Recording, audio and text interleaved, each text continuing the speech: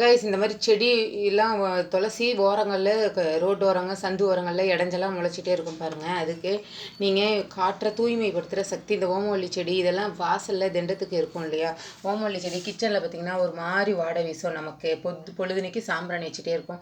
இது வந்து நமக்கு துணை புரியும், நல்ல நமக்கு தெரியாது ஆனால் நல்லாவே காற்றை வந்து சுத்தப்படுத்தும். துளசி இந்த இது பார்த்திங்கன்னா ஓமவல்லி வைக்கிறதுக்காக வச்சுருக்கேன். இந்த மாதிரி தேங்காயெல்லாம் உரிக்கிறோம் இல்லையா, இந்த மாதிரி கொசுவுக்கும் பற்ற வைக்கலாம்.